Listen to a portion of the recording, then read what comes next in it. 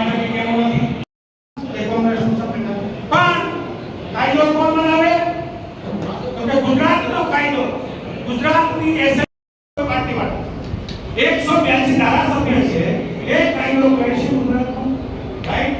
આ દેશના કાયદાઓ ફેરફાર જેને આપણે ધારાસભ્ય છૂટીને મોકલ્યા છે, ક્યારેક આવેશમાં આવીને વધામણા પણ કરી લે નથી, તો યુટર્ન કરે અને આપણે એને પ્રશ્ન નહીં પૂછવાનો, જેને માત્ર કોઈ એમને તમે તમારી ધારાસભામાં કઈ વાત તાકાતથી ઊભી રાખી, તમે દેશની પાર્લામેન્ટમાં ઇકોઝોન માટે કઈ વાત અને ક્યારે રાખી, એ કેમ નહીં પૂછવાનું? કારણ શું ભાઈ? કે વાત કરો કે ઉદ્યોગકારો, માઇનિંગ લીઝ વાળા, ખનીજ વાળા, એમની લીઝો અદાણીથી લઈ કારણ એટલા માટે છે કે આપણે બધાને સાથે જ કરતા કોઈ સંગઠનનો માણસ છે એને એ જવાબદાર નથી, તાલુકા પંચાયત ભાજપની જવાબદાર આ દેશની પાર્લામેન્ટ અને આ ગુજરાતની ધારાસભા છે અને એમ જ સુધારવાનો છે, અને જ્યાં સુધી ઇકોઝોન રદ નહીં ત્યાં સુધી તમને એમ સમજાવવામાં આવશે કે ઇકોઝોનનો સુધારણા અને સુધારણા કરીને ઉદ્યોગપતિઓ એમ માટે 3 કાળા કાયદા રદ કરવામાં 700 લોકો શહીદ થયા. આજ રોજ અમે તાલાળા તાલુકાના માધુપુર ગામે પટેલ સમાજે ખેડૂત હિતરક્ષક સમિતિ એમના માધ્યમ દ્વારા અમારા મુરબી પૂજાભાઈના અધ્યક્ષ સ્થાને અમારા કોંગ્રેસ અગ્રણી કરશનભાઈ, માનસીભાઈ અને સર્વે પક્ષી લોકોનું એક મહાસંમેલન યોજાયું, જેમાં અમે અમારો સંપૂર્ણ ટેકો ઇકોઝોન સંપૂર્ણ રદ થાય એના માટે આપ્યો છે. કારણ કે ઇકોઝોનમાં સુધારાની કોઈ આવશ્યકતા જ નથી, એમને સંપૂર્ણ રદ કરવો પડે છે. આપ જાણતા હશો કે નેશનલ પાર્ક જાહેર કર્યું, એમણે સેન્ચુરી જાહેર કરી, રિઝર્વ ફોરેસ્ટ અને પીએમ ને હમણાં કોઈ પાસેથી આંકડા માંગ્યા તો ધ્યાનમાં આવ્યું કે જેમણે નેશનલ પાર્ક કહીને બિરદાવે છે, નેશનલ પાર્કમાં સિંહો 0% છે, એમની સેન્ચુરીમાં માત્ર 2% છે, અને એ પણ ક્યાંય ને ક્યાંય ટુરિસ્ટો માટે સરકાર ભોજનની વ્યવસ્થા કરે એટલા માટે. બાકીના સિંહો રિઝર્વ ફોરેસ્ટ પીએફ કરતા પણ ગ્રામ્ય વિસ્તારમાં ભાવનગરથી લઈને ચોટીલાથી લઈને રાજકોટના ત્રંબાથી લઈને અમારે વેરાવળ તાલુકાના આદરીથી લઈને બાબરાથી લઈને તમામ જગ્યાએ સિંહો સ્થળાંતર કરી ગયા છે. સિંહોએ પણ આ જંગલનો બહિષ્કાર કર્યો હોય એમ લાગે છે, કારણ કે સિંહોના દોષ માલધારીઓ અને ખેડૂતોને ગળો ટૂંકો આપવાનું કામ આ સરકાર કરી રહી છે. કારણ એટલા માટે કહું કે તમામ પાર્ટીઓ ટેકો આપે છે, સારી વાત છે, પણ મારો વેધક પ્રશ્ન છે કે આ કાયદાઓમાં સુધારો કોણ કરી શકે?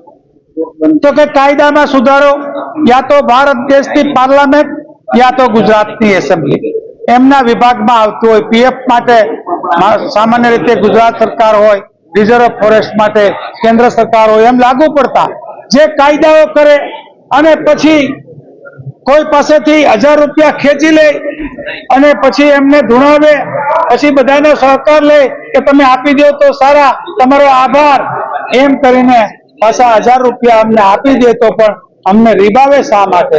મારો તો વેધક પ્રશ્ન એટલા માટે છે કે અમારી માલિકીનું ખેતર, અમારા માલિકીના ખેતરમાં 0 થી 1 માં અમે એમને દિવાલ ના બનાવી શકીએ? મુંડળા આવીને અમારો પાક નુકસાન કરે તો એનું વળતર નથી આપવું, તો એમનું વળતર આપો ના, એમ નહીં. એટલું જ નહીં, અમે રાત્રે ટ્રેક્ટરની લાઈટ પડે દવનીનો ઉપયોગ થાય એટલે ટ્રેક્ટર લઈને ખેતી ના કરી શકીએ, ત્યાં તો અમે બેટરીનો ઉપયોગ ના કરી શકીએ, તો અમે ખેડૂતો ખેતરમાં કેવી રીતે જઈશું? અને એ ખેતરમાં જવા માટેનો રસ્તાની મંજૂરી ના મળે, ત્યાં રસ્તાની મંજૂરી શેની અમારે? અમારા ખેતરે જવાનો અમારો અધિકાર છે, જે રસ્તો છે એ રસ્તો શેના માટે બંધ કરે? કારણ એટલા માટે કે ઇકોઝોનના નામે આ બધું રિસ્ટ્રિક્શન. બેઠકમાં ખેડૂત હિત રક્ષક સમિતિની રચના કરવામાં આવશે. એ રચના કર્યા પછી સમયાંતરે જ્યારે જે કાંઈ કાર્યક્રમો આપવાના થશે એ આ વિસ્તારના ખેડૂતોની સાથે સલાહ મશવરા કરી અને આગામી કાર્યક્રમો આપવા માટેનું એ હિત રક્ષક સમિતિ છે એ જાહેરાતો. એમાં ભાજપ આગળ આવ્યું છે એને આવકારીએ છીએ, કારણ કે આ તો લોકોનો પ્રશ્ન છે, છે.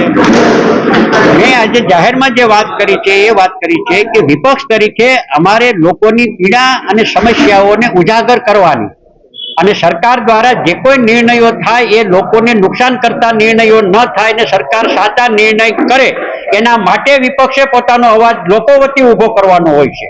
એટલે અમારે ખેડૂતને જે મુશ્કેલીને જે સમસ્યા છે એના માટે વિપક્ષ તરીકે અમારે અવાજ ઉભો કરવાનો અમારી નૈતિક જવાબદારી છે અને એ જવાબદારી અમે નિભાવીએ છીએ. હવે આ જવાબદારી અમે જ્યારે નિભાવીએ ત્યારે અમે તો સરકારને અનુરોધ કરીએ, સરકારને વિનંતી કરીએ, પણ નિર્ણય લેવાનો અધિકાર તો સરકારનો છે. ગુજરાત સરકાર ભારત સરકારને કે નિર્ણય ભારત સરકારે કરવાની છે, તો ભારત સરકારમાં તો બીજેપીની સરકાર છે. હવે બીજેપીની સરકાર છે તો બીજેપીની સાથે જે લોકો આગેવાનો સંકળાયેલા છે, એ પછી સંસદ સભ્યો હોય, પછી ધારાસભ્યો હોય કે પાર્ટીના લોકો, જે કાંઈ સંગઠનના લોકો હોય, એ લોકો દાખલા તરીકે પોતાની એમની જવાબદારી વધુ છે અને એ જવાબદારી અદા કરે અને જે કાંઈ કામગીરી કરે. જેટલા ભાજપના લોકોએ લેટર પેડો લખ્યા છે અને રજૂઆત કરી છે, એટલે અમે તો અપેક્ષા રાખીએ કે ભાજપના પ્રમુખે લેટર લખ્યો છે, ભાજપના પૂર્વ પ્રમુખોએ લેટર લખ્યો છે, ભાજપના સંસદ સભ્યો કે માની લો કે ભાઈ એના પદાધિકારીઓ દ્વારા રજૂઆત કરવામાં આવી છે, દિલીપભાઈ સંઘાણીએ રજૂઆતો કરી છે, ગીર સોમનાથ જિલ્લાના ભાજપના આગેવાનોએ રજૂઆતો કરી છે લેખિતની અંદર, જુનાગઢ જિલ્લા ભાજપના આગેવાનોએ રજૂઆતો કરી છે. તો ભાજપના જે કોઈ આગેવાનોએ રજૂઆતો લેખિતમાં કરી છે એ રજૂઆતોને કેન્દ્ર સરકાર સાંભળે અને સાંભળીને એનો અમલ કરે, આ જ વાત અમારી છે અને એ અમલ કરે. હવે જો એ લોકોએ ભૂતકાળમાં રજૂઆતો તો કરી છે, એનો અર્થ એવો થાય કે ભૂતકાળમાં કરેલી રજૂઆતોને ભારત સરકારે સાંભળી નથી, એનો અર્થ એવો થાય હવે ફરી વખત પાછું લોક જાગૃતિ થઈ છે અને લોકો પોતાના હક અને અધિકાર મેળવવા માટે સંગઠિત થઈને લડાઈ કરવા નીકળ્યા છે. એ સ્વાભાવિક છે કે એ લોકોની પણ પ્રાથમિક ફરજ બને છે, એની પણ જવાબદેહી છે અને એની જવાબદેહી છે એ અદા કરે. હવે એ સાંભળે છે, નથી સાંભળતા, થાય છે, નથી થતું, કરાવી શકે છે, નથી કરાવી શકતા, હવે એ તો એનો સવાલ છે. પણ અમે તો વિપક્ષ તરીકે એટલું કહીએ છીએ કે અમે એમને આ ખેડૂત સમાજની જે લાગણી અને માંગણી છે એમાં અમારું સંપૂર્ણપણે સમર્થન છે અને જ્યાં સુધી સરકાર નિર્ણય નહીં કરે ત્યાં સુધી વિપક્ષ તો અમારો અવાજ છે એ અમે લોકો માટે ઉભો કરશું અને અવાજ ઉઠાવતા રહેશું. પરંતુ શાસક પક્ષની પ્રથમ જવાબદેહી છે, એની પ્રથમ જવાબદારી આવે છે અને એ જવાબદારી જો એમને વ્યવસ્થિત રીતે જો નિભાવી હોત તો મને લાગે છે કે ખેડૂતોએ આ સંગઠિતને ભેગા થવાનો સમય ના આવ્યો. નમસ્કાર, મારું નામ બારડજી છે અને હું ધોરણ 7 માં અભ્યાસ કરું છું. મારી શાળાનું નામ શ્રી બોધે પ્રાથમિક શાળા છે. એક ગીરની દીકરી તરીકે આજે મારે એક વેદના રજૂ કરવી છે, તો બધા શાંતિથી સાંભળજો. આપણે બધાને સુખ અને સમૃદ્ધિ મળે એ માટે નવરાત્રીમાં માની આરાધના કરવાની હોય, પરંતુ હમણાં આપણા વિસ્તાર ઉપર ઇકોઝોન નામનો રાક્ષસ આવી રહ્યો છે, એ ખબર તો છે ને બધાને? ત્યારે આપણે બધા માના શરણોમાં પ્રાર્થના કરીએ કે આ ઇકોઝોન નામના રાક્ષસથી આપણે બધાને બચાવે. ખાલી માને પ્રાર્થના કરવાથી જ કામ પતી નહીં જાય, પરંતુ આ રાક્ષસને ભગાડવા આપણે બધાએ પણ કંઈક કરવું પડશે.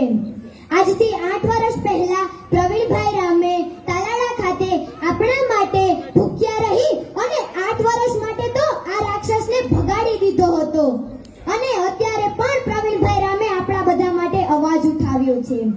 તો આપણે પણ તેમાં સાથે જોડાઈને કંઈક કરવું પડશે.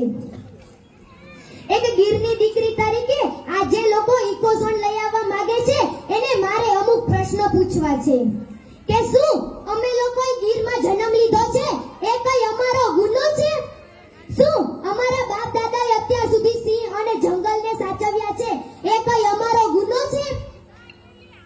શું અમે લોકો કોઈને પણ નુકસાન કર્યા વગર અમારું પેટ ભરવા માટે રોજગારી મેળવી રહ્યા છે એ કઈ અમારો ગુનો છે? આ ઇકોઝોન લગાડી દેશો તો અમારા જેવા બાળકોનું આવનારા સમયમાં ભવિષ્ય શું રહેશે? એટલા માટે જે લોકો આ ઇકોઝોન લઈ આવવા માંગે છે એને ગીર વિસ્તારની એક દીકરી તરીકે આમંત્રણ આપું છું કે આવો અમારા ગીરમાં અને તમારા પરિવાર સાથે 1 મહિનો રોકો તો તમને ખબર પડે કે અમે લોકો કેટલો સંઘર્ષ કરી રહ્યા છીએ.